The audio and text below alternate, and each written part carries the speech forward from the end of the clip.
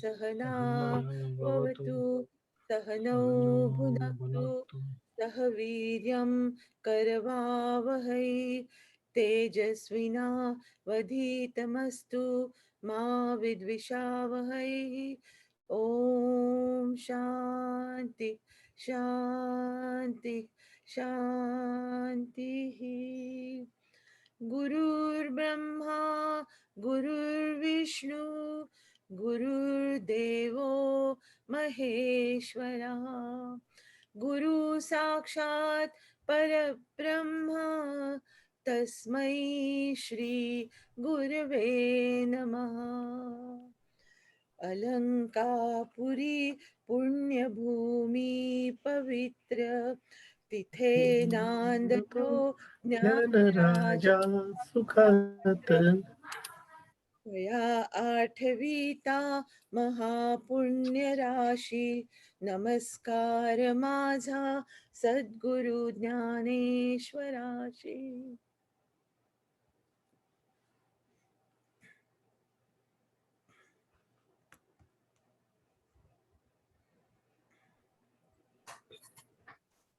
नमस्कार मंडळी, आपण 6व्या अध्यायावर आहोत आणि 10 श्लोक झालेत आणि आता आपण 11व्या श्लोकापासून सुरू करणार आहे. आजचा गोषवारा अश्विनी वाचणार होती, पण तिला एक 5 मिनिटं उशीर होतोय. तर मला त्याच्या आधी एक सांगायचंय की गोषवारा म्हटलं की लोकांना फार असं धडधड होत आहे असं कळतंय, पण तसं कळायचं काय कारण नाही, कारण आपल्याला फक्त काय कळलं तेवढंच लिहायचंय. आणि तुम्ही लिहिल्यानंतर जर तुम्हाला मदत हवी असेल तर माझ्याकडे पाठवा आणि आपण त्याच्यावर आधीच बोलूया. म्हणजे मग आपलं तुम्हाला समजा जर का त्याच्यामध्ये काही बदल करायचे असतील तरी तुम्हाला वेळ मिळेल. फक्त शुक्रवारपर्यंत तुम्ही जर का पाठवलं तर मग आपल्याला त्याच्यावरती वर्क ऑन करता येईल. आणि याच्यामध्ये आपण ज्ञानेश्वर महाराज म्हणाले, म्हणजे हा अर्थात त्यांचा विनय आहे, पण ते आपल्याला वापरायला काही हरकत नाही, की ते म्हणतात की भाष्यकार ते वाटपुसत हे लिहिलंय, म्हणजे शंकराचार्यांच्या मागोवा घेऊन आपण लिहितोय, पण माझी काही तेवढी प्रतिभा नाही आहे. पण ते म्हणतात की राजहंसाचे चालणे भूतळी झाली या शहाणे आणि के काया कोणे चालावेची ना. म्हणजे राजहंस खूप सुंदर चालतो म्हणून काय कोणी चालूच नाही का, असं आहे का? असं नाहीये. तर ज्यांनी आपापल्यापर्यंत आपण सगळ्यांनी चालायचं, आणि आपण म्हणतो तसं ही दिंडी आहे ना, तर आपण सगळ्या दिंडीमध्ये चालतो. कोणी अगदी खूप छान नाचतात तिथे, कोणी खूप छान भजन म्हणतात, काही लोक नुसतेच आपले तुळशी माळ घेऊन किंवा तुळशी डोक्यावर घेऊन आपल्या जातात. तर तसं आपण जे आपले जमेल ते करायचं, असं म्हणजे आपल्याला जे समजतं ते आपल्याला सांगायचंय फक्त, राईट.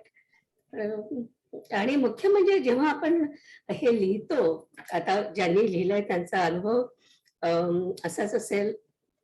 त्यांनी मला पुन्हा सांगितलेलं आहे की ते जेव्हा लिहितात तेव्हा आपण जास्त फोकस करून वाचतो ते, आणि मग आपल्याला थोडंफार जास्त कळायला लागतं, आणि म्हणून आपण ते गोषवाऱ्याचं काढलेलं आहे.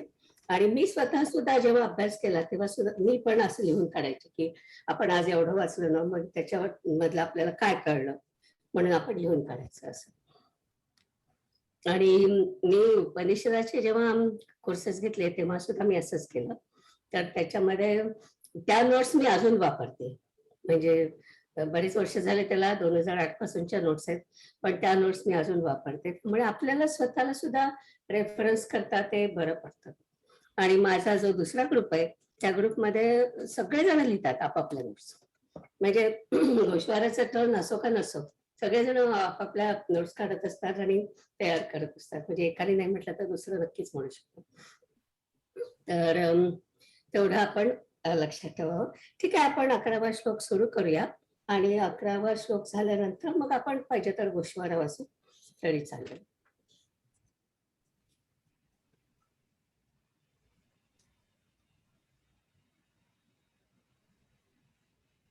महिमा ते आज 12 पासून आहे का? कारण संग्राम म्हणजे 11 पासून मागे जायला पाहिजे.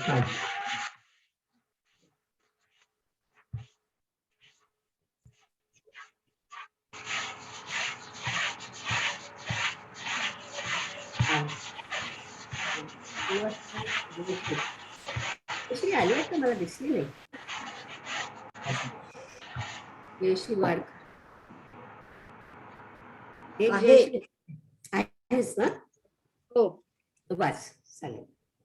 11 पासून वाचायचं. श्लोकानंतर थांब थोडस.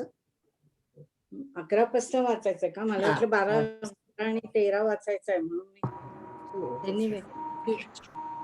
मी आपण मागच्या वेळी वाचलं होतं का आसनाच्या बद्दलचं?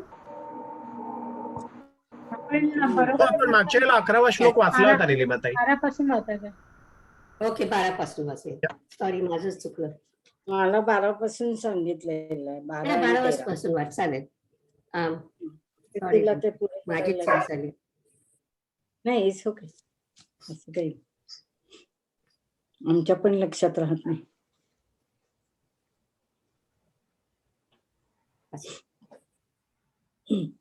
तत्र एकाग्रं मनः कृत्वा यच्चित्तेन्द्रिय क्रियः उपविश्यासने उद्योगमात्मविशुद्धये. त्या ठिकाणी मन एकाग्र त्या ठिकाणी मन एकाग्र करून आसनावर बसलेल्या आणि चित्त व इंद्रिये यांच्या क्रियांचे नियमन केलेल्या अशा योग्याने अंतःकरणाच्या शुद्धीसाठी योगाचा अभ्यास करावा.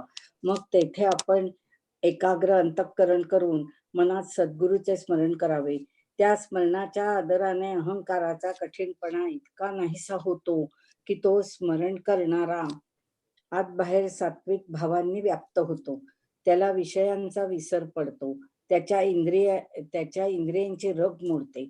अंतःकरणाच्या ठिकाणी मनाची स्थिरता होते. याप्रमाणे ऐक्य प्राप्त होईपर्यंत थांबावे व मग त्याच ऐक्यबोधाने आसनावर बसावे. आता अंगाला अंग आपण होऊन सावरून धरते. वायूला वायूच आपण होऊन आवरून धरतो. याप्रमाणे अनुभवाचा उदय होऊ लागतो. प्रवृत्ती माघारी फिरते.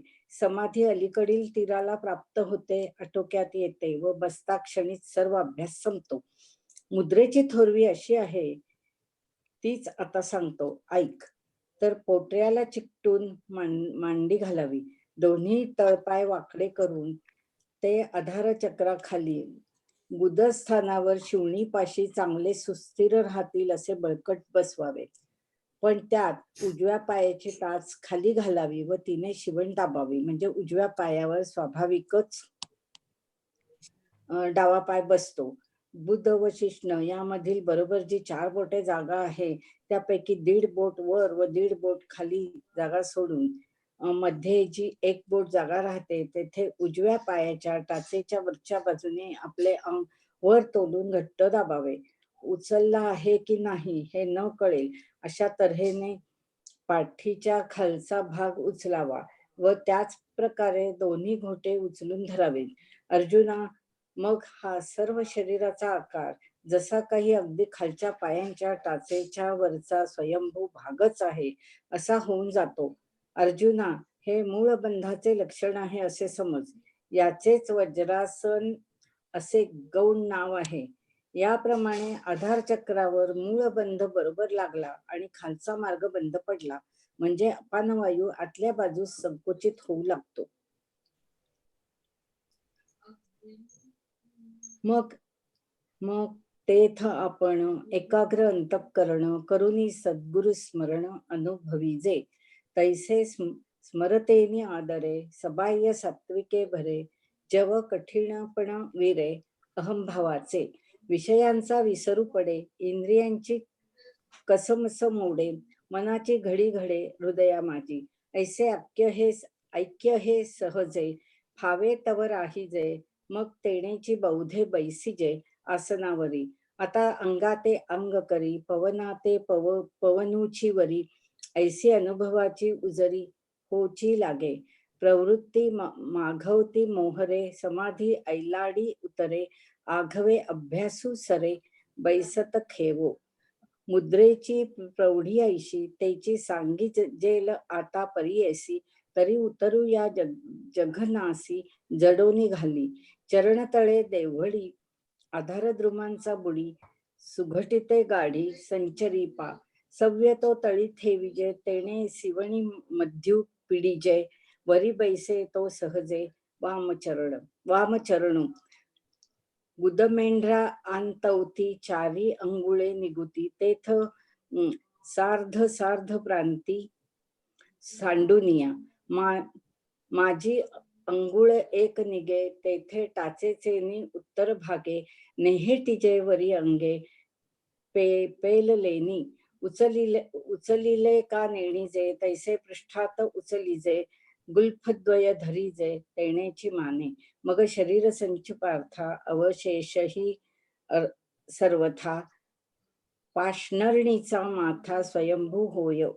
अर्जुना हे जाण, मूळ बंधाचे लक्षण, वज्रासन गौड नाम यासी, ऐसी आधारी मुद्रा पडे, आणि अधीचा मार्गू मोडे, तेथ अपानू आतलीकडे ओहोटो लागे. आता एक मिनिट थांबा. तर आपण मागच्या वेळी बघितलं होतं, पहिल्यांदा आपण बोललो होतो तेव्हा या श्लोकामध्ये ध्यानाला कसं बसायचं त्याचं वर्णन आहे. शौचुदेश म्हणजे पवित्र स्वच्छ जागी असं आसनाचं वर्णन आहे. आणि मागच्या वेळी आपण पाहिलं तसं आदी शंकरांनी सांगितलेल्या अंतरंग साधनेच्या पायऱ्या, देश म्हणजे बसण्याची जागा, त्याचं वर्णन मागच्या वेळी आपण मागच्या वेळी पाहिलं. काल म्हणजे कधीपासून करायचं, तर ब्रह्ममुहूर्तापासून केव्हाही केलं तरी चालतं. आणि तिसरं त्याच्यातलं जे होतं ते आसन आणि देहस्थिती, चौथं देहस्थिती. तर देहस्थिती कशी असावी त्याचं वर्णन या 12व्या श्लोकात आहे, की कशी मांडी घालायची, म्हणजे पद्मासन घालायचं आणि आपलं सगळं शरीर समान काय शिरोग्रियम धारयन नचल स्थिरा. हा जो पुढचा श्लोक आहे त्याच्यामध्ये हे सांगितलंय की डोकं आपलं मागचा जो कणा आहे तो असं सगळं पूर्ण एका सरळ रेषेत पाहिजे आहे, तर तसं बसायचं. तर आता आपण आसन आणि देहस्थिती बघतोय. त्याच्यानंतर याच्यामध्येच त्यांनी आता प्राणसंयम सांगितलं आहे आणि पुढच्या श्लोकांमध्ये आपण इंद्रिय निग्रह, मनोनिग्रह आणि बुद्धिनिश्चय एवढं बघणार आहोत. तर या श्लोकामध्ये त्यांनी सांगितलं की आसनाचं ध्यानाला आपण बसतोय त्याच्यामध्ये अंतःकरण शुद्धी आहे. त्या अंतःकरण शुद्धीनंतर पुढची पायरी मनोनिग्रह आहे. तर आपल्याला निर्गुण ब्रह्मावरती ध्यान करायचं आहे. आणि एक सांगायचं म्हणजे मला वाटतं मी मागच्या वेळी कव्हर केलं होतं की मला प्राण अपान. ओके, मी आता माझा स्क्रीन शेअर करते आणि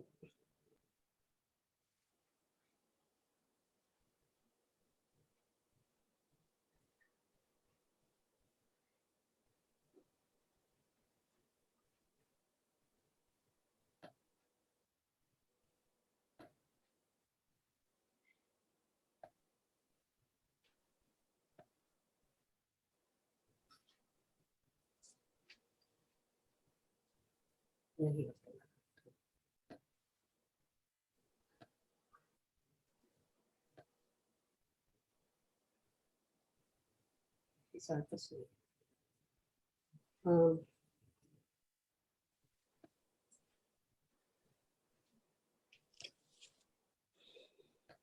मल्टिपल शेअर केलं पण माझा उघडत नाही स्क्रीन. ओके, एनिवे मी आपलं थोडस तुमचं बदलते रिंकर, माझा स्क्रीन शेअर होत नाही म्हणून. मग आपण पुन्हा तुमचं लावू. ओके, माझं एवढं सांगून झालं की मग पुन्हा तुमचं लावू. मला वाटतं निलिमाताई आधीचा शेअरिंग बंद करावं लागतं मला वाटतं आणि मग नवीन शेअरिंग करता येतं असं माझा अंदाज आहे. ओके, मग can you please close it. पहिल्यांदाच करते मी, त्यामुळे मला नाही मी शेअर नाही करत आहे सध्या, मी शेअर केव्हाच बंद केलं. ओके, मग आता मी अच्छा, you have select the window that you want to share by the way. Okay, हो ती उघडी आहे, विंडो उघडी आहे, पण मला नाही, इथे पण यायला पाहिजे ना की शेअर म्हणून. हा, आला स्क्रीन आला. Okay, this is the screen I want to share. फनविनी ओके, दिसते माझं स्क्रीन आता सगळ्यांना? Yes yes. ओके, हो आता दिसतंय. ओके. तर याच्यामध्ये थोडस आपल्याला प्रिरिक्विजिट्स आहे की आपण काय म्हणतोय इथे, आपण म्हणजे काय म्हणतोय, प्राण म्हणजे काय म्हणतोय, तर त्याच्यावर काही गोष्टी आधी तुम्हाला सांगते. तर आपण जे पंचप्राण म्हणतो त्याच्यामध्ये आपल्या शरीरामधल्या ज्या सिस्टम्स आहेत त्यांना पंचप्राण म्हणतात. तर नैवेद्य दाखवताना आपण हे म्हणतो, पण त्याचा कधी अर्थ आपण विचार करत नाही काय असेल ते. तर त्याच्यामध्ये 5 प्राण आहेत. 5 प्राण कुठले? 5 प्राण म्हणजे 5 सिस्टम्स ऍक्च्युअली. तर ब्रीदिंग पहिलं प्राण म्हणजे ब्रीदिंग. अपान म्हणजे एक्सक्रेशन, म्हणजे त्याच्यामध्ये उच्छ्वास आपण टाकतो तो पण एक्सक्रेशन मध्ये येतो आणि खालच्या सगळ्या गोष्टी त्या पण एक्सक्रेशन मध्ये. समान म्हणजे डायजेशन, व्यान म्हणजे सर्क्युलेशन आणि उदान म्हणजे थिंकिंग ॲबिलिटी. तर आपण आता इथे ते जे सांगतात आहे त्या आसनामध्ये ते असं सांगतात आहे की आपल्याला वरचा जो वायू आहे प्राणवायू तो आपल्याला धरून ठेवायचा आणि खालचा जो आहे अपान वायू तो पण धरून ठेवायचा. इकडनं अपान वायू खालून धरून ठेवला त्याला मूळबंध म्हणतात आणि वरचा धरून ठेवायचा आहे. तर हे दोन्हीकडून आपण असं प्रेशर आणलं आणि मध्ये तुम्हाला हा स्क्रीन दाखवते ही आपली सगळी चक्र आहेत ना, तर अशी ही काल्पनिक चक्र आहेत. पण चक्र म्हणजे काय ते सुद्धा तुम्हाला आता एका मिनिटात सांगते. पण मधलं जे आहे मणिपूर चक्र ते पण जागृत करायचं.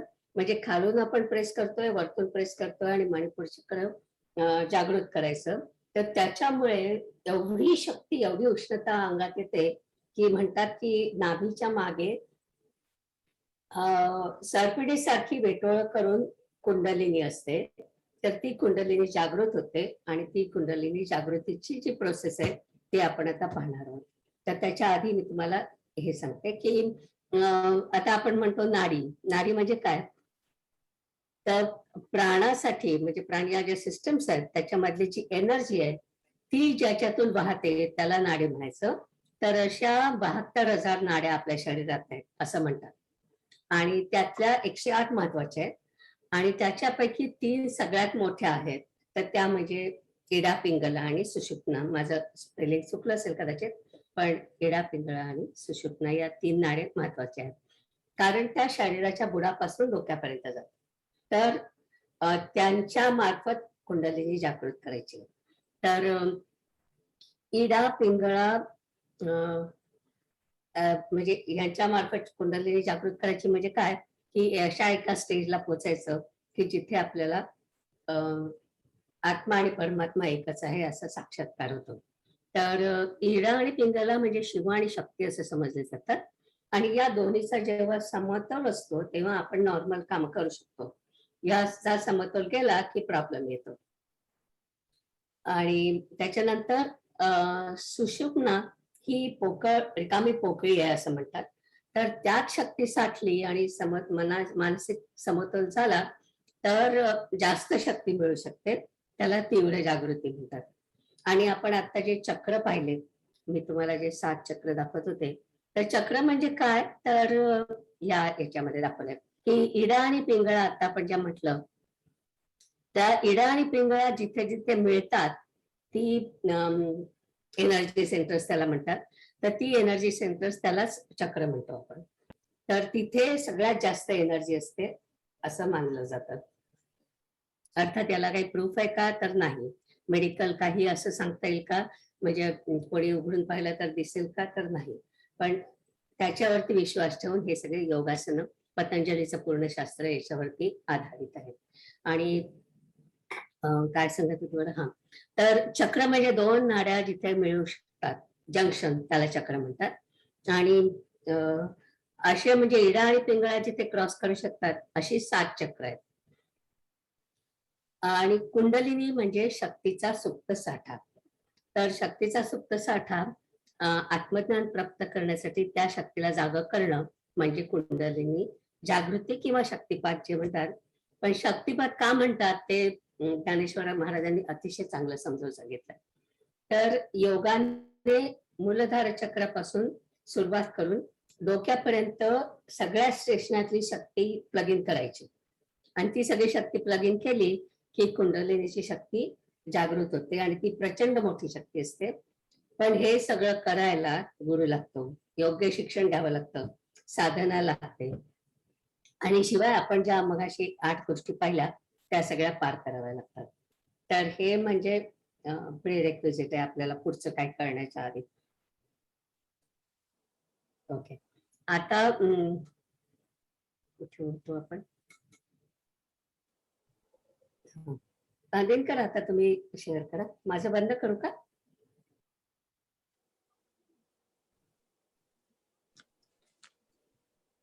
माझं कसं बंद करायचं? Stop share. Okay, I stop share. आता पुन्हा आपण आपल्या याच्यावरती जाऊया.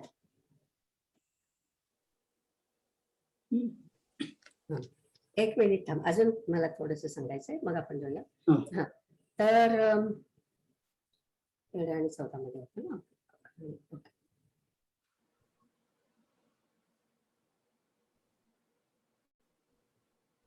हा, तर त्यांनी आता आपल्याला सांगितलंय कसं बसायचं, आणि शेवटचं ज्यांनी त्यांनी जे सांगितलं की आधार चक्रावरती मूळबंध लावायचा, म्हणजे खालून अपान वायू बंद करायचा, आणि म्हणजे तो अपान वायू आतल्या बाजूस संकुचित होऊ लागतो.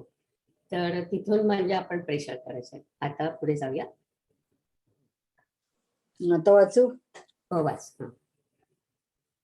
समं काय शिरो ग्रीवं धारयन्नचलं स्थिरः संप्रेक्षनासिकाग्रं स्वं दिशाश्चानवलोकयन्. शरीराचा मधला भाग, मस्तक व मान ही समान आणि अचल धारण करणारा, निश्चल, स्वतःच्या नाकाच्या अग्रभागाकडे दृष्टी लावलेला व दिशांकडे न पाहणारा. वरती करायला लागेल. तेव्हा द्रोणाकार झालेली हस्तांजुळी सहजच डाव्या पावलावर बसते व त्यामुळे दोन्ही खांदे वर चढलेले दिसतात. पाठीच्या उभ्या कणाच्या योगाने वर चढलेल्या खांद्यात मस्तक घट्ट राहते व डोळ्यांच्या पापण्या झाकावयास लागतात. वरच्या पापण्या ढळतात, खालच्या पापण्या खाली पसरतात. तेव्हा अर्धी उघडी अशी त्या डोळ्यांची स्थिती होते. दृष्टी ही आतल्या आत डोळ्यातच राहते. जर कौतुकाने बाहेर आलीच तर ती नेमकी नाकाच्या शेंड्यावर पडते. अशी आतल्या आतच दृष्टी राहते, ती पुन्हा बाहेर येत नाही. म्हणून अर्ध्या दृष्टीचे राहणे नाकाच्या शेंड्यावरच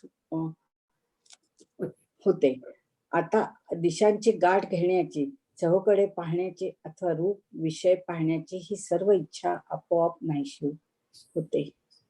मग गळा कुंचित होऊन गळ्याखालच्या खळगीत हनवटी अडकून बसते. ती तिथे घट्ट बसून छातीवर दाबून बसते. अर्जुना, त्यामध्ये कंठमणी, गळ्याची घाटी अदृश्य होतो. असा जो बंध पडतो त्याला जालंधर बंध म्हणतात. ओढियाणा बंध बेंबीवर पुष्ट होतो, पोट खपाटीला जाते व हृदय कमल आत प्रफुल्लित होते. अर्जुना, शिश्नावरील काठास व बेंबीच्या खालच्या भागास जो बंध पडतो त्यास ओढियाणा बंध असे म्हणतात.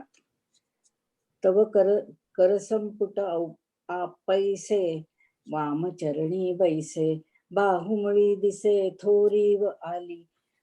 परत वाचते मी. तव करसंपुट पैसे वामचरणी बैसे, बाहुमळी दिसे थोरी व आली. माझी उभारले निदंडे, शिरकमळ होय गाढे. नेत्रद्वारींची कवाडे लागू पाहती, वरचिले पाती ढळती, तळींची तळी पुंजाळती. तेथ अर्धोन्मिलित स्थिती, उपजे तया दिठी राहोनी अंतलीकडे. बाहेर पाऊल घाली कोडे, ते ठाई ठावो पडे नासाग्र पिठी. ऐसे अंतुची रचे, बाहेरी मागुते नवचे म्हणून जयश्री, जेव्हा असं त्याच्यावरती आवरती अनुस्वार असतो ना, तेव्हा नुसतं आतूचा असंच वाजायचं, म्हणजे आतला. आतूचा आतीची रचना, म्हणजे आतलंच आतलंच राहतं. ओके.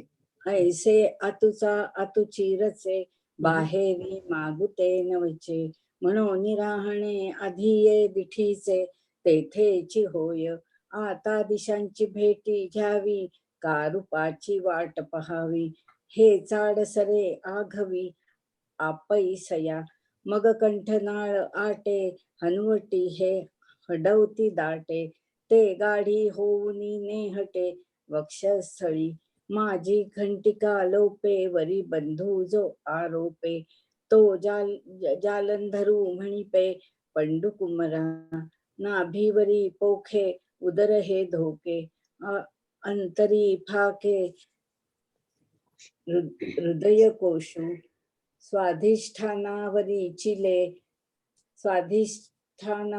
चिले काठी नाभिस्थाना तळवटी बंधू किरीटी बोढी आणा तो. एक मिनिट थांबा. तर वरचा जो बंध म्हटलं तर ते म्हणजे हनवटी इथे गळ्याचे इथे अशी दाबायचे, म्हणजे आपला प्राणवायूचा थांबतो. आणि खालचं म्हटलं ते मुलाधार काय म्हणतात, मूळबंध, आणि मध्ये लावतात तो बोडियाणा बंध. तर असे 3 बंध लावले की तिन्हीकडून प्रेशर येऊन मग कुंडलिनी जागृत व्हायला मदत होते असं म्हणतात. तर आता आपण मला वाटतं ही आली आहे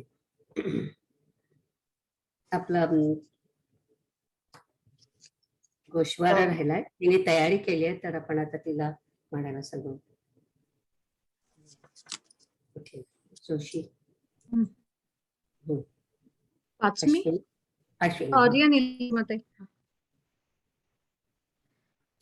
मागच्या सेशन अश्विनीला आपण सांगूया की तिला आज गोश्वारा वाचायचा होता, तर ती आली आता. वाचू मी झाले जॉईन 15 मिनिटापूर्वी. ओके, वाच. मागच्या सेशन मध्ये आपण गीतेचे 7-8 हे 7व्या श्लोकापासून सुरुवात केली आणि त्याच्या अनुषंगाने ज्ञानेश्वरीच्या ओव्यांचा सारांश, ज्ञानेश्वरीच्या ओव्यां 81 ते 93चा सारांश, की जो जितेंद्रिय आहे त्याचं वर्णन या ओव्यांमध्ये केलेलं आहे. म्हणजे 81 नंबरच्या ओवीची सुरुवातच करताना माऊलींनी स्वांतःकरण जिता या शब्दाने केलेली आहे. तर ज्याने आपले अंतःकरण जिंकलेले आहे, अंतःकरण म्हणजे मन, बुद्धी, अहंकार आणि सगळ्या इच्छा याने जिंकलेले आहेत, आणि ज्याचे मन शांत आहे, अशा योग्याला इथे माऊलींनी म्हटल्याप्रमाणे परमेश्वर परवता दूर नाही, म्हणजे इथे जीवात्माच शिवात्मा बनतो. ही देहबुद्धी जाण्यासाठी आधी मन ताब्यात आणले पाहिजे. त्यामुळे अंतरंग साधनेची सुरुवात ही इंद्रिय निग्रहापासून होते. पुढच्या ओव्यांमध्ये माऊलींनी स्थितप्रज्ञ किंवा सर्वसंकल्प संन्यासी कसा असतो, म्हणजे त्याच्या मनाची स्थिती वर्णली आहे. इथे अद्वैताचं वर्णन करताना माऊलींनी उपमा दिली की आकाशातून पडणाऱ्या धारा समुद्राला जशा पोचत नाहीत, त्याप्रमाणे अशा योगारूढ व्यक्तीला सर्व जगत ब्रह्मस्वरूपच भासते. या संदर्भात आपण अध्याय 5 अभ्यासताना ओवी पाहिली होती की बुद्धी निश्चय आत्मज्ञान ब्रह्मरूप भावी आपण ब्रह्मनिष्ठा राखे पूर्ण तत्परायण अहर्निशी.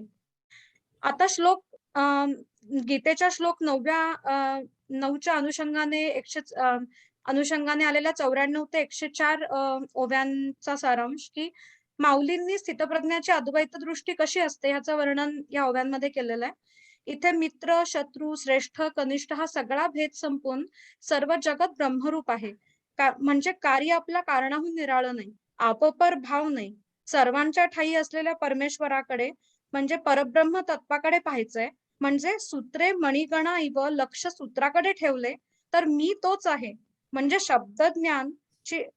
शब्दज्ञान हे जे आहे त्याची अखंड साधनेने अनुभूती घेणे. आता श्लोक 10वा याच्या अनुषंगाने आलेल्या ओव्या 105 ते 120 पर्यंतचा सारांश असा की या ओव्यांमध्ये इथे अहम ब्रह्मास्मी या महावाक्याचा उपदेश या श्लोकात आणि अनुषंगाने आलेल्या ओव्यांमध्ये केलेला आहे माऊलींनी.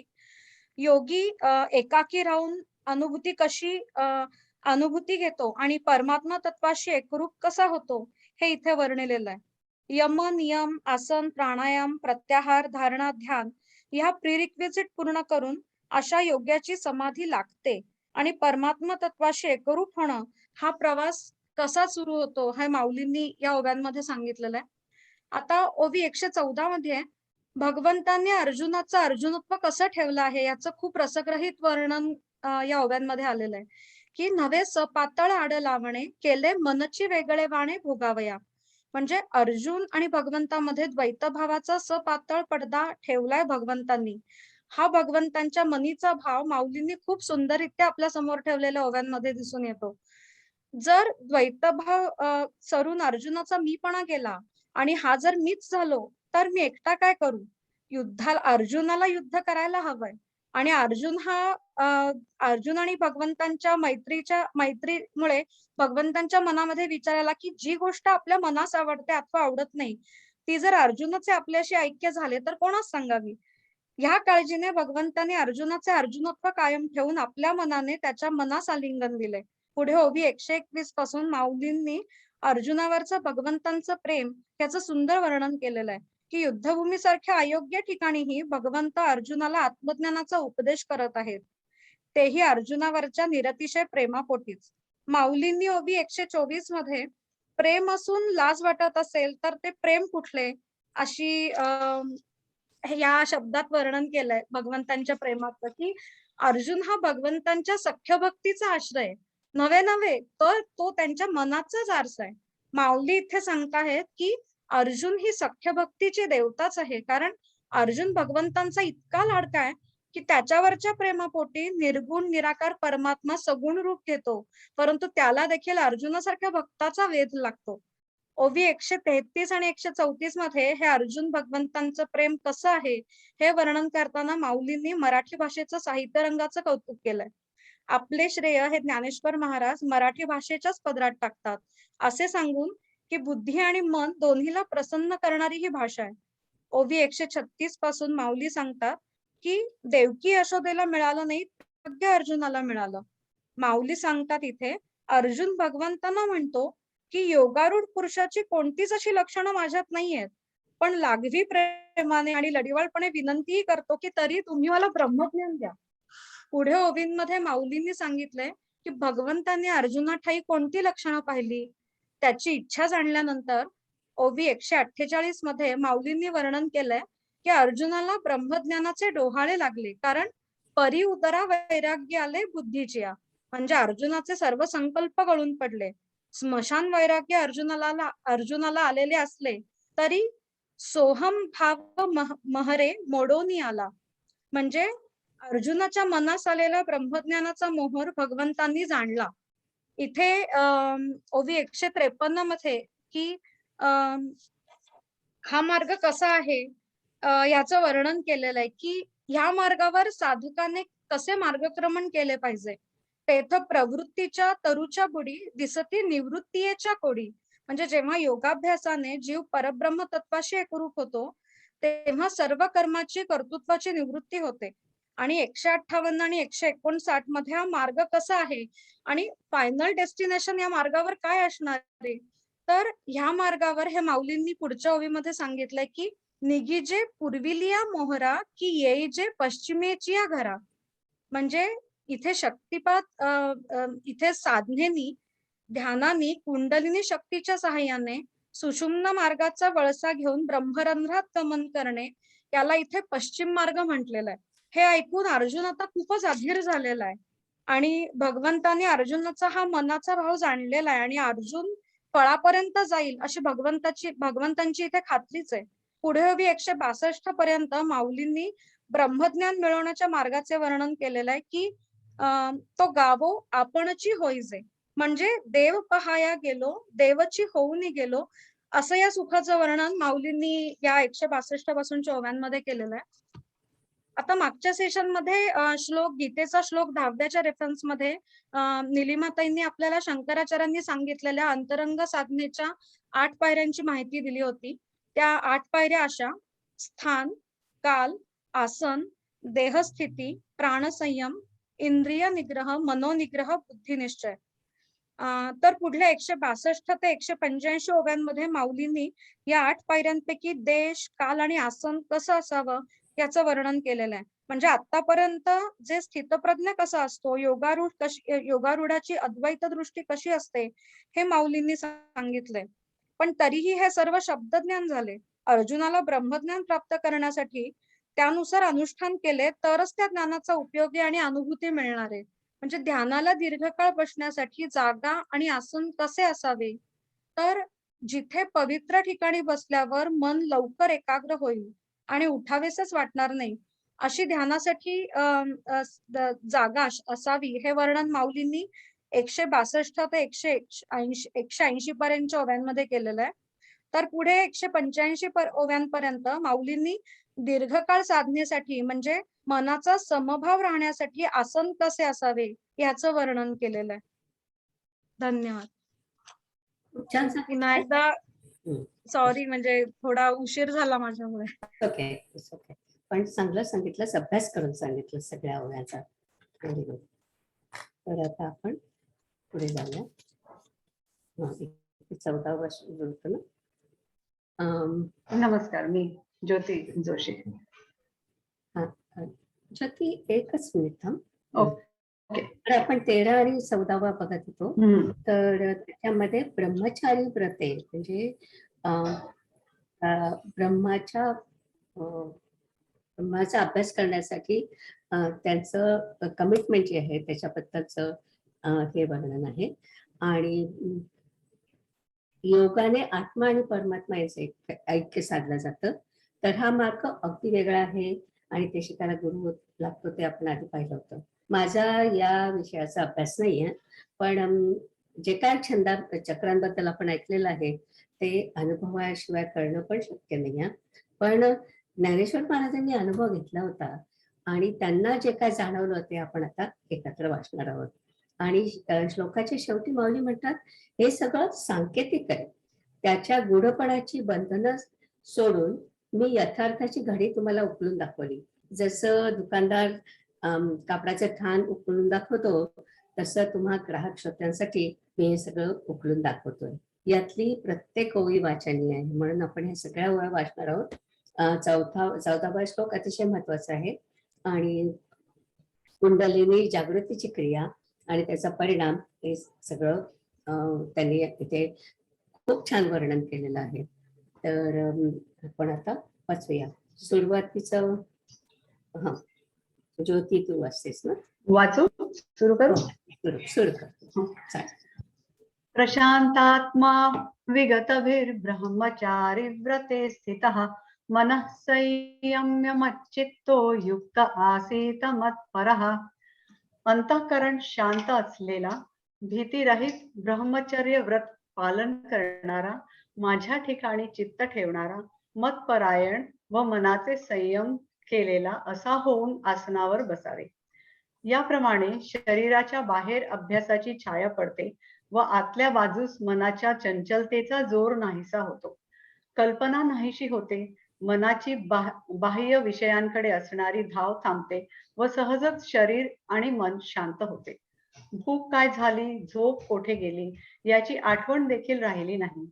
जो अपान वायू मूळ बंधाने कोंडलेला असतो, तो ऊर्ध्व गतीने माघारी फिरून सहजच वर अवयव घडल्यामुळे फुगवटा धरतो. खवळून तो अपान वायू माजतो व पसरल्या ठिकाणी गुरगुरू लागतो व तेथेच राहून मणिपूर चक्राला धक्के देतो. मग ती अपान वायूची बळावलेली बाहुटळ सर्व शरीराच्या आत शोध करून लहानपणाची पोटातली कुचकी घाण बाहेर काढते. त्या अपान वायूला आत वळण्याला कोठे जागा नसल्यामुळे तो मग कोठ्यात प्रवेश करतो व तिथे असलेले कफ आणि पित्त यांचा थारा राहू देत नाही. सप्त धातूंचे समुद्र पालथे करतो, मेदाचे पर्वत फोडतो व हाडांमधील मज्जा बाहेर काढतो. नाड्या खुल्या करतो, अवयव शिथिल करतो व साधकाला भीती दाखवतो, परंतु त्याने भिवू नये. तो रोगांना दाखवितो, परंतु लागलीच त्यांना नाहीसे करतो. आणि शरीरात जे पृथ्वीचे आणि पाण्याचे अंश आहेत ते एकात एक कालवतो. इथे थांब. अर्जुना, थांबू का? तर इथे म्हणजे आता योगाने जो कुंडली जागृतीचा प्रयत्न करतोय त्याला भूक तहान राहत नाही, संपूर्ण एकाग्रता असते, खालचा मूळ बंद, त्याच्यामुळे अपान वायू कोंडतो आणि तो वरती येतो. आणि ते म्हणतात की त्याच्यामुळे मणिपूर चक्र सुरू होतं आणि हे सगळं जागृत झाल्यामुळे प्रचंड उष्णता निर्माण होते. तर आता पुढचं वाचूया. अर्जुना, कोंडलेला अपान वायू असे प्रकार करतो. दुसरीकडे वज्रासनाची उष्णता कुंडलिनी शक्तीला जागे करते. केशराने न्याहलेले नागाचे पिल्लू वेढे घेऊन जसे निजावे, त्याप्रमाणे नेमकी 3.5 वेढ्यांची ती कुंडलिनी रूपी नागिण खाली तोंड करून निजलेली असते. ती नागिण ज्याप्रमाणे मूर्तिमंत बनवलेली विजेची वाटोळी, कडी किंवा प्रत्यक्ष अग्नीच्या ज्वालेची केलेली घडी अथवा जणू काय उत्तम सोन्याचे चकचकीत वेढे, त्याप्रमाणे व्यवस्थितपणे आकुंचित असलेली व नाभी जवळच्या संकोचित जागेत ती वज्रासनाने दाटून बसलेली चिमटल्यामुळे जागी होते. त्या ठिकाणी जसे नक्षत्र तुटून पडावे अथवा सूर्याने जसे आपले आसन सोडून खाली यावे किंवा प्रकाशरूप बीजासच अंकुर फुटावा, त्याप्रमाणे वेढ्याला सोडित असलेली व लीलेने अंग मोडीत असलेली ती कुंडलिनी शक्ती नाभिस्थानाखालील कंदावर उठलेली दिसते. आधीच तिला पुष्कळ दिवसांची भूक लागलेली असते व तशात तिला दिवचल्याचे निमित्त होते. मग ती जोराने सरळ वरती तोंड पसरते. अर्जुना, हृदयकोशाच्या खालच्या बाजूस जो वारा भरलेला असतो त्या सगळ्या वायूस ती खाऊन टाकते. मुखाच्या ज्वाळांनी ती खालीवर व्यापते आणि मांसांचे घास खावयास लागते.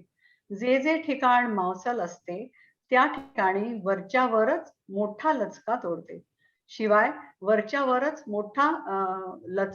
शिवाय हृदयाच्या ठिकाणचेही 1-2 घास काढते. नंतर तळहात व तळपाय यातील रक्त, मांस वगैरे खाऊन वरच्या भागाचे भेदन करते व प्रत्येक अंगाच्या सांध्याचा झाडा घेते.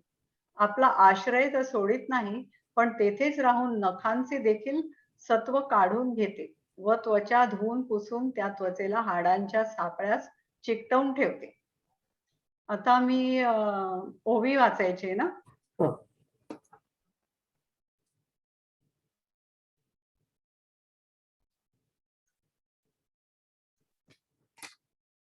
नाही, काय काय करायचंय यावेळेला आता? आता ओवी म्हणजे हे एक्सप्लेनेशन 292 पर्यंत चालेल आणि पेज नंबर 64 ला ह्या ओव्या चालू होतात. त्या वाचू ना निलिमा ताई? पहिल्या तू जिथे सुरुवात केलीस ना तिथून ओव्या वाचायला सुरुवात करू. थोडस आला पण मागे पुढे होणार आहे कारण ते तर ऐसी शरीरा बाहेर पलीकडे शरीरा बाहेर अलीकडे अभ्यासाची पाखर पडे. त्यांना मी माझ्या वेगळ्या स्क्रीन वरून वाचते. पेज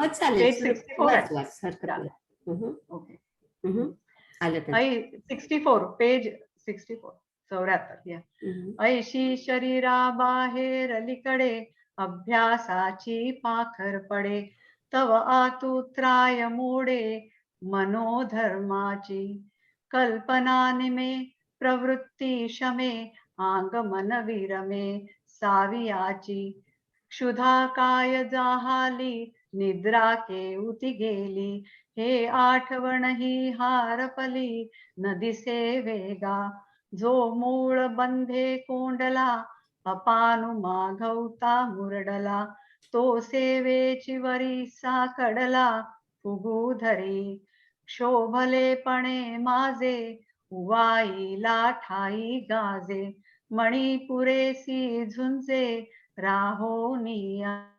मग थावली ते वाहटुळी सैंद घेऊनी घड डहुळी. बाळपणीची कुहटुळी बाहेर घाली, भीतरी वळी न धरे पोठ्या माझी संचरे. कफ पित्तांचे थारे पुरो नेली, धातूंचे समुद्र उलंडी मेदाचे पर्वत फोडी आतली मज्जा काढी अस्थिगत नाडिते सोडवी गात्रांते बिघडवी साधका ते भेडसावी परिबिहावेना व्याधी ते दावी सवेची हरवी आप पृथ्वी कालवी एक वाट तव येरीकडे धनुर्धरा आसनाचा उभारा शक्ती करी उजगरा कुंडलिनीये. इथे थांबू? नाही चालेल, पुढे तुझं जिथपर्यंत 33. नागाचे पिले कुंकुमे नाहले वळण घेऊनी आले सेजे जैसे तैशी ते कुंडलिनी मोटकी औटवळणी अधोमुख सर्पिणी निजैली असे विद्युल्लतेची विडी बनवी ज्वाळांची घडी पंधरे याची चोखडी घोटी व जैशी तैशी सुबद्ध आटली कुटी होती दाटली ते वज्रासने चिमुटली सावध होय तेथ नक्षत्र जैसे उलंडले कि सूर्याचे आसन मोडले तेजाचे बीज विरुढले अंकुरेशी तैशी वेढिया ते सोडिती कवतिके अंग मोडिती कंदावरी शक्ती उठली दिसे सहजे बहुता दिवसाची भूक वरीचे बविली ते होय मीश मग आवेशे पसरी मुख ऊर्ध्वा उजू ते तर हृदय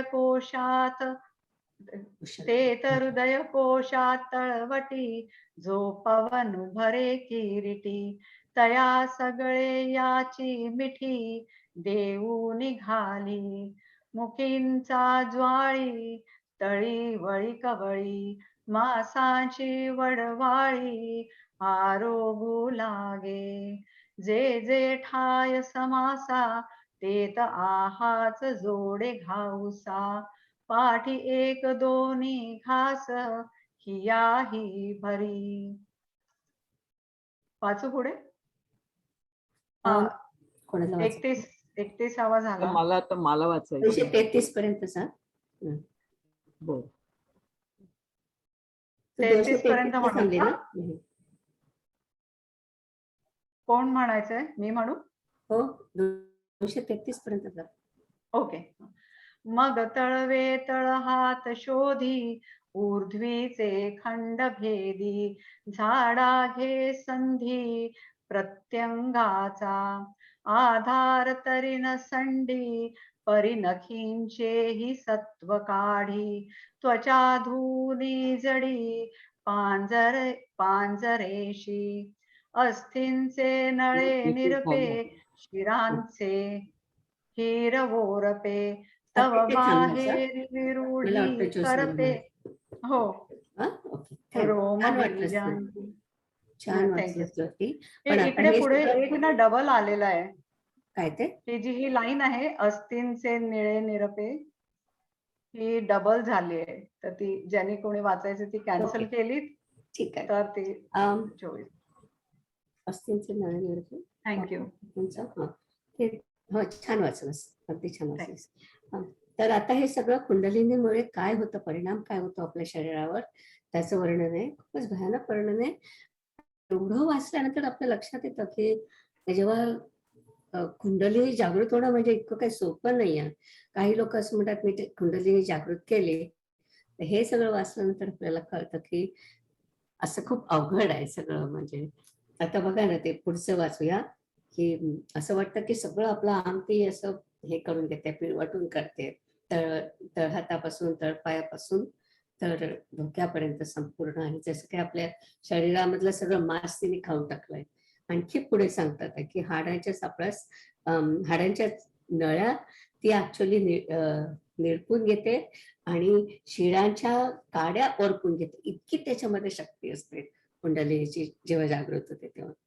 आणि त्याच्यामध्ये मला एक सांगायचं आहे की ईशा संस्था जी आहे त्याचे सद्गुरू म्हणून जे आहेत ते म्हणतात की जेव्हा आपण एखादी रिगरस ऍक्टिव्हिटी करतो, म्हणजे जसं ऑलिम्पिकचे खेळाडू खेळतात, त्यांचं पूर्ण एकाग्रता असते आणि ते आपली अंगातली सगळी शक्ती एकवटून खेळतात, तर त्यावेळी त्यांची कुंडलिनी काही प्रमाणात जागृत होत असेल असं ते म्हणाले. आणि मला वाटतं की ते अगदी आपल्याला खरं वाटतं, कारण की एवढं सगळे जर का शक्य येत असेल तर त्याच्यामुळेच ते असं अनयुज्युअल काम असं करू शकतात. आता आपण एक एक बघतो खेळाडू एक एक बघतो तो इतके अमेझिंग कामं करत असतो आणि कशी त्यांना एवढी शक्ती मिळते. तर सद्गुरू म्हणतात की त्यांना बहुतेक त्यांची कुंडलिनी काही प्रमाणात जागृत होत असेल. ओके, तर आता आपण पुढच्या अवयव वाचू. हो, पण मला काय माहिती, आता आधी अर्थ वाचायचं असतं ना, का ओव्या वाचल्या तरी चालते? 233 पासून वाचतो. हो, पण मग ओव्या वाचू का? पण आता मागे जाऊन अर्थ बरोबर लिहायचे. पण मग आधी ओव्या वाच, मग अर्थ वाचू तरी हो चालेल. चालेल. एका हो, पानावर तेच म्हणून तर ते म्हणते. मागे पुढे होत आहे. ओके. चालेल.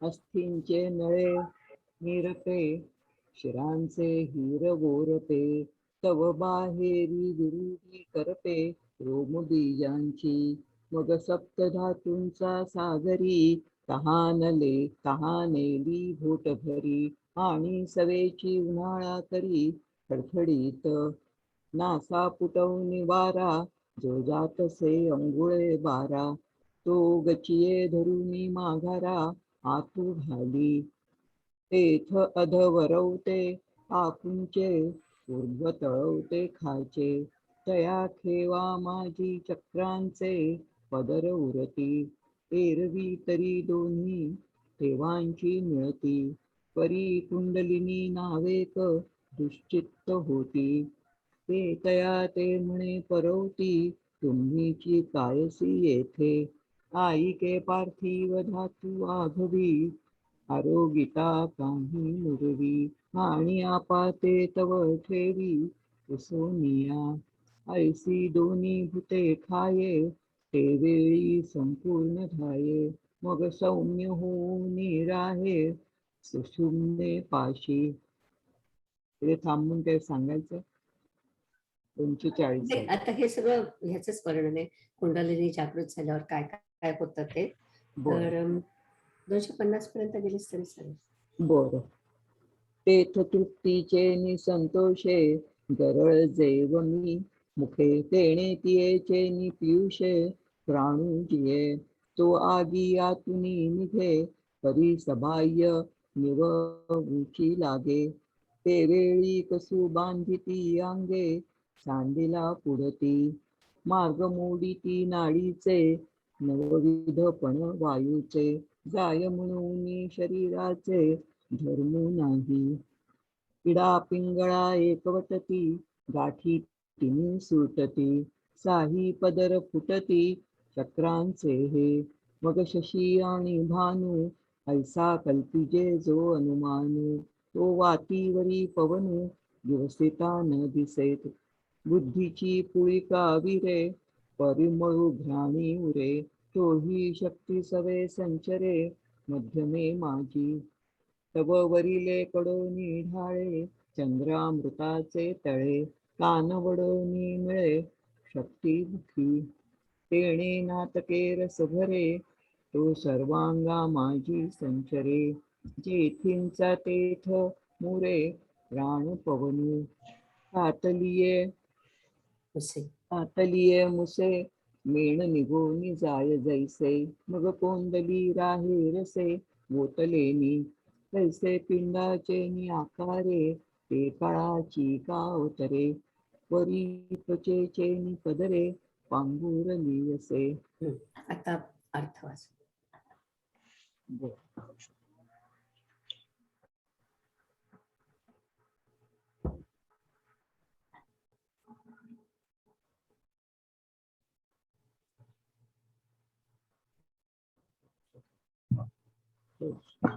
31 पासून हम्म. हाडांची नळा. बस. हाडांच्या नळ्या निरपून घेते व शिरांच्या काड्या ओरपून घेते. त्यावेळी बाहेरच्या केसांच्या बीजाची वाढ होण्याची शक्ती जळून जाते. मग तहानेने पीडित अशी ती सप्तधातूंचा समुद्र एका घोटात पिऊन टाकते व लागलीच शरीरात जिकडे तिकडे खडखडीत उन्हाळा करते. दोन्ही नाकपुड्यातून 12 बोटे वाहत असलेल्या वायूला गच्च धरून त्यास आत मागे घालते. तेव्हा खालचा अपान वायू वरती आकुंचित होतो आणि वरचा प्राणवायू खाली खेचतो. त्या प्राणापानांच्या भेटीमध्ये षटचक्रांचे नुसते पदर तेवढे उरतात. एरवी तरी प्राण व अपान ह्या दोहोंचा तेव्हाच मिलाप झाला असता, परंतु कुंडलिनी तेथे क्षणभर शोभलेली असते, म्हणून ती त्यांना म्हणते,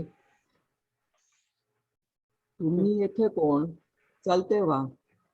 अर्जुना ऐक, पृथ्वीचे सर्व धातू खाऊन काही एक शिल्लक ठेवीत नाही आणि पाण्याचा भाग तर तेव्हाच चाटून पुसून टाकते.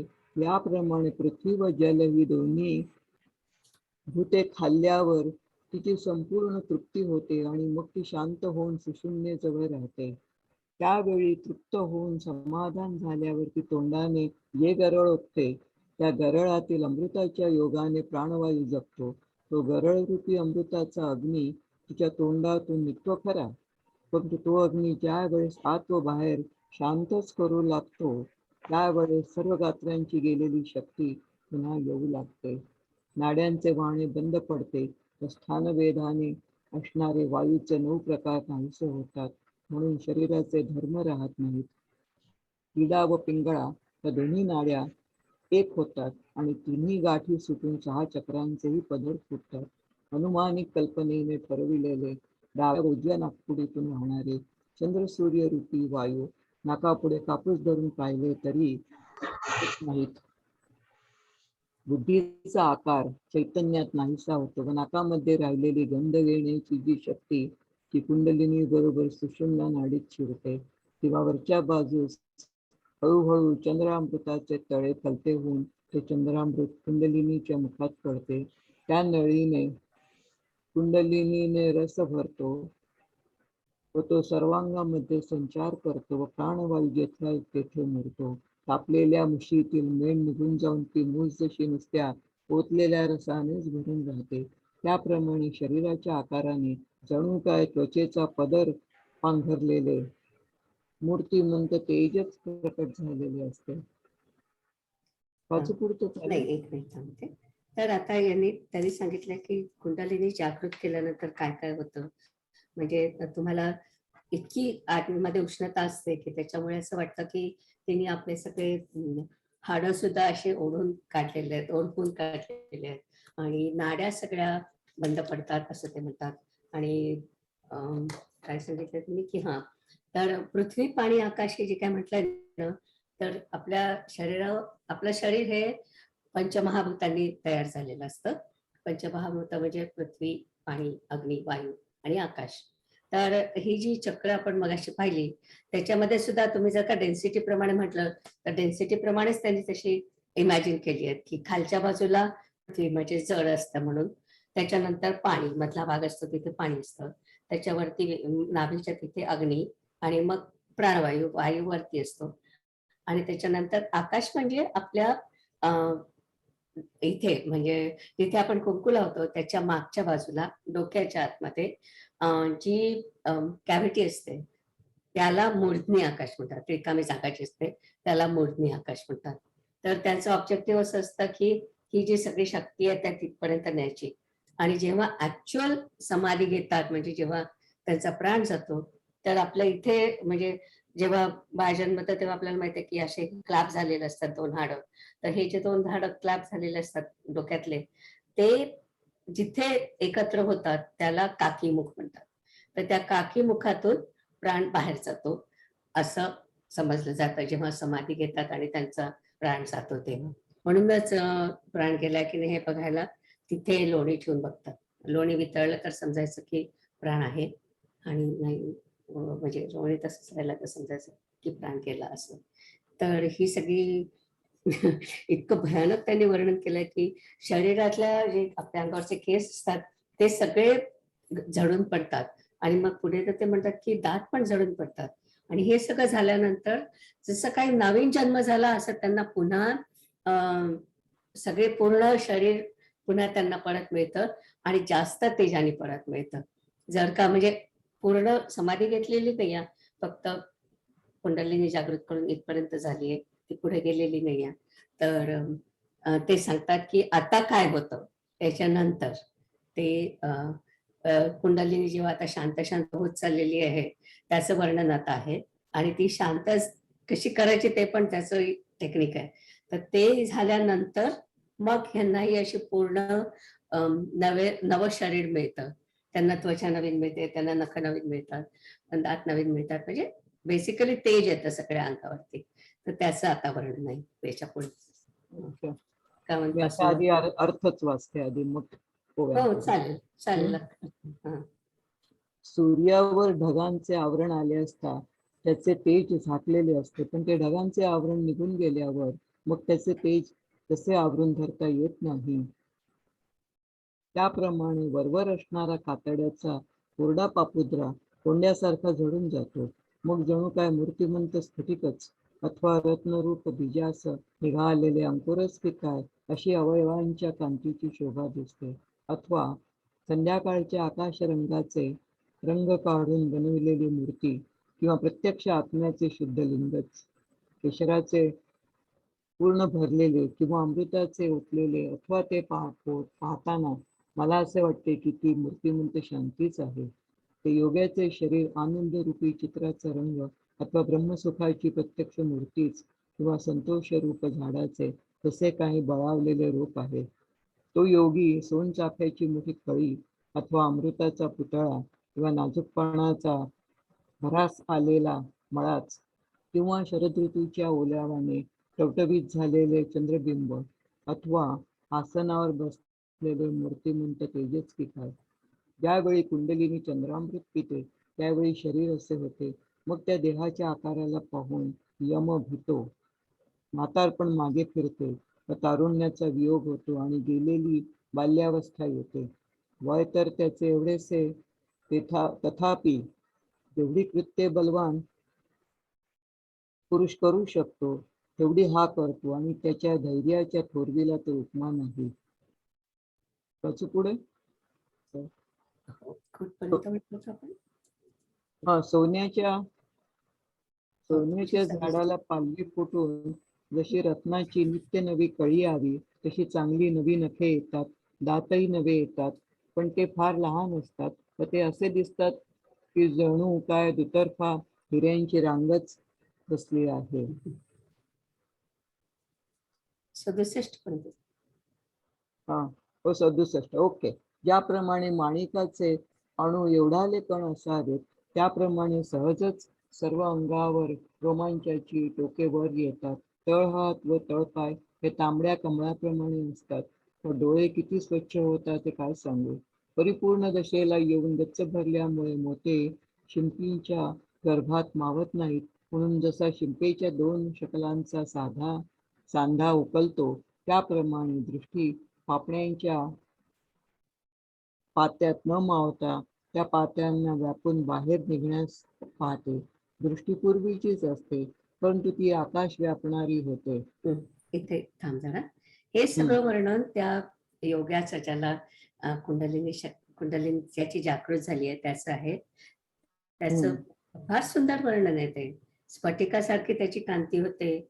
संध्याकाळच्या आकाशाचे रंग बनवून काढून बनवलेली मूर्ती होते आणि अंतर्ज्योतीचं म्हणजे आत्म्याचं शुद्ध लिंग निर्वालेले म्हणजे उत्पन्न झाले असं आपल्याला वाटतं.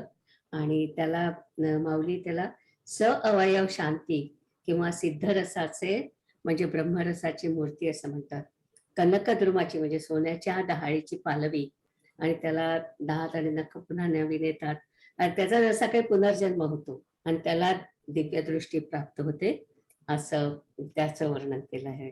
आणि तो कसा दिसतो तर मूर्तिमंत शांतीच किंवा संतोषाचं झाड इतकं समाधान आणि शांती त्याच्या चेहऱ्यावर असते.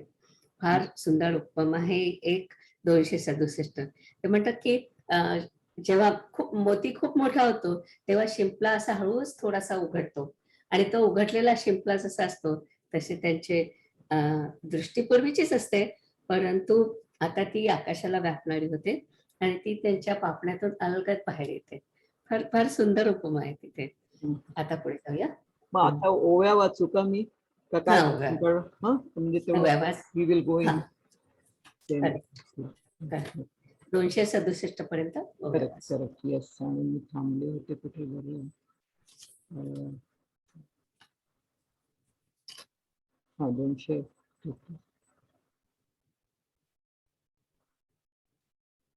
हा 200. हम्म. म्हणजे ते फारच मागे गेलो काय आपण.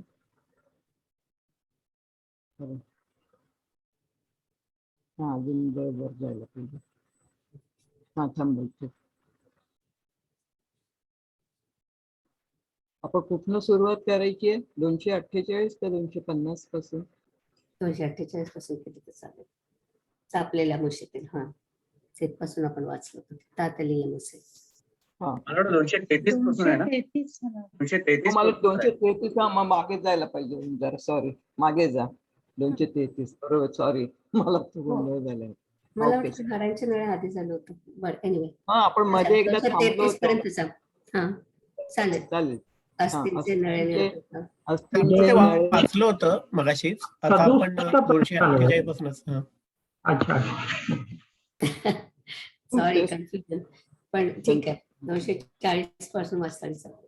हा 240 असते. ओके, जरा खाली येऊ दे. हा बरं, चला. हा बरोबर 240 पासून. बरं, मी ते वाचते. 40व वाचते मी परत. ऐसी दोन्ही भूते खाये ते वेळी संपूर्ण जाये, मग सौम्य होऊन राहे सुशून्य पाशे. तेथ तृप्तीचेनी संतोषे गरळजे वमी मुखे, तेणे तियेचेनी पियुषे प्राणुजिये. तो आगी आतुनी निघे तरी सबाह्य निवहूची लागे, ते वेळी कसू बांधिती आंगे सांडीला पुढती. मार्ग मोडीती नाडीचे नवविधपण वायूचे, जाय म्हणून शरीराचे धर्म नाही. एडा पिंगळा एकवटती गाठी तिन्ही सुटती, साई पदर फुटती चक्रांचे हे. मग शशी आणि भानू ऐसा कल्पिजे जो अनुमानू, तो वातीवरी पवनू दिवसिता न दिसे. बुद्धीची पुळिका विरे परिमळू घाणी उरे, तोही शक्ती सवे संचरे मध्यमे माझी. तव वरिले कडोनी ढाळे चंद्रामृताचे तळे, कान वडोनी मिळे शक्तिमुखी. तेणे नाटके रस भरे तो सर्वांगा माझी संचरे, जेथींचा तेथ मुरे प्राण पवन.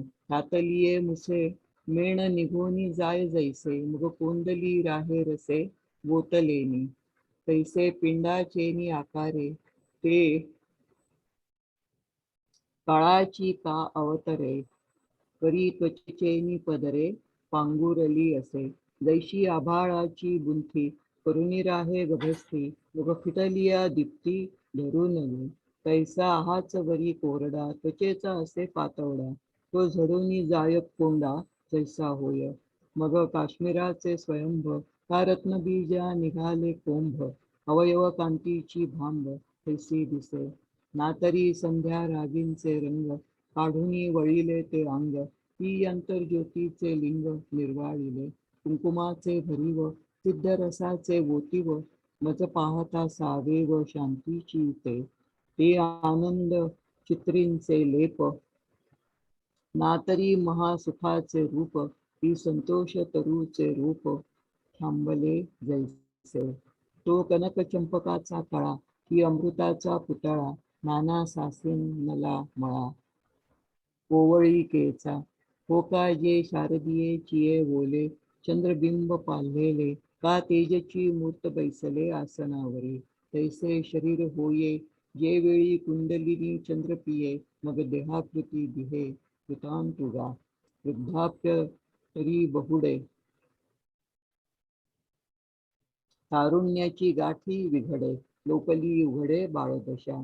वयसा तरी येतुले वरी एरवी बळाचा बळार्थो करी, धैर्याची थोरी निरुपम कनकद्रुमाचा पालवी रत्नकळिका नित्य नवी नखे तैसी बरवी नवी निघती दातही आन होती तरी अपाडे साने सती जैसी दुबाही वैसे पाती हिरे यांची माणिकुलियांचिया कनिया सावियाची अनुमानिया तैसिया सर्वांगी उधवती आणिया रोमांचिया करचरण तळे जैसिका रातोत्पले पाखाळी होती डोळे काय सांगो हिडारा चैनी कोंदाटे मोतिये नावरती संपुटे मग शिवणी जैशी उतडे शुक्त पल्लवांची तैशी हातिया चिये कवळिये न समाये विठी जाकळूनी निघो पाहे आधी लिची परी होये गगना कळीती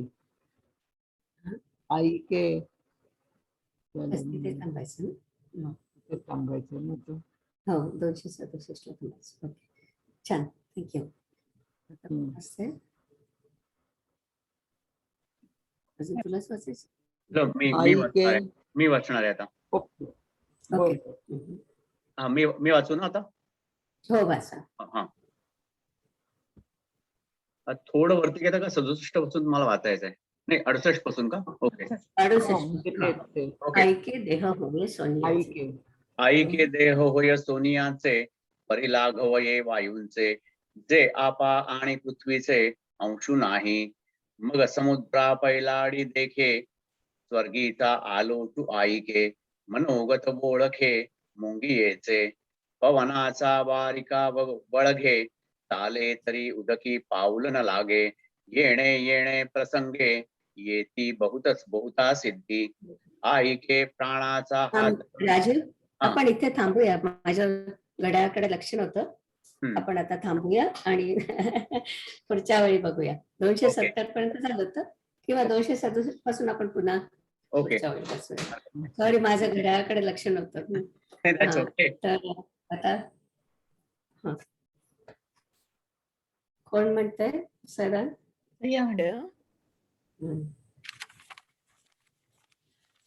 आता विश्वात्मके देवे येणे वाग्यज्ञे तोषावे तोषो निमज द्यावे पसाय दान हे जे खळांची व्यंकटी सांडो तया सत्कर्मी रती वाढो भूता परस्परा पडो मैत्र जीवाचे दुरितांचे तिमिर जावो विश्व स्वधर्म सूर्ये पाहो जो जे वांछील तो ते लाहो प्राणी जात वर्षत सकळ मंगळी ईश्वर निष्ठांची मांदियाळी अनवरत भूमंडळी भेटतो भूता चला कल्पतरूंचे आरव चेतना चिंतामणींचे गाव बोलते जे अर्णव पियुषाचे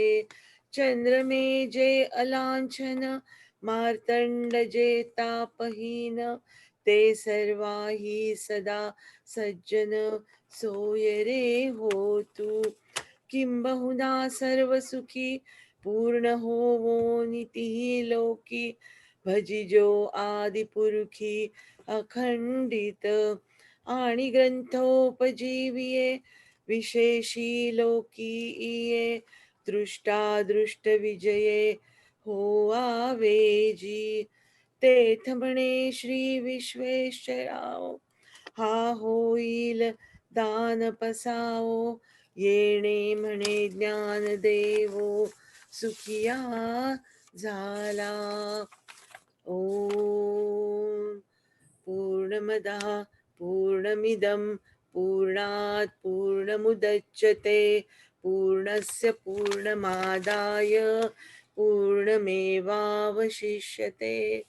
ओम शांति शांति शांति.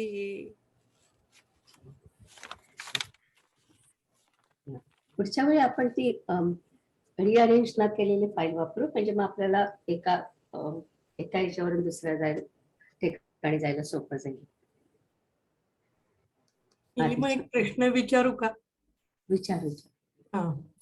ही